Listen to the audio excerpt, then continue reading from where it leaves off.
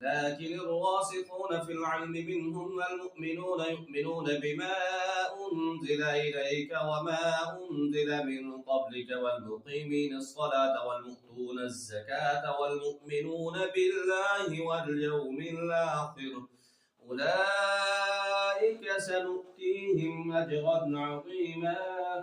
إنا أوحينا إليك كما أوحينا إلى نوح والنبيين من بعده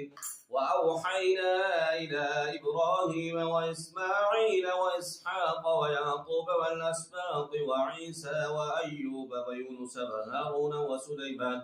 وآتينا داود زبورا ورسلا قد قصصناهم عليك من قبل ورسلا لم نقصصهم عليك وكلم الله موسى تكليما رسلا مبشرين ومنذرين لئلا يكون للناس على الله حجة بعد الرسل وكان الله عزيزا حكيما لكن الله يشهد بما أنزل إليك أنزله بعلمه والملائكة يشهدون وكفى بالله شهيدا إن الذين كفروا وصدوا عن سبيل الله قد ضلوا ضلالا بعيدا إن الذين كفروا وظلموا لم يكن الله ليغفر لهم ولا ليهديهم طريقا إلا طريق جهنم خالدين فيها أبدا وكان ذلك على الله يسيرا يا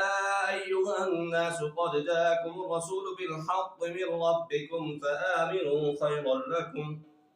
وإن تكفروا فإن لله ما في السماوات والأرض وكان الله عليما حكيما يا أهل الكتاب لا تغلوا في دينكم ولا تقولوا على الله إلا الحق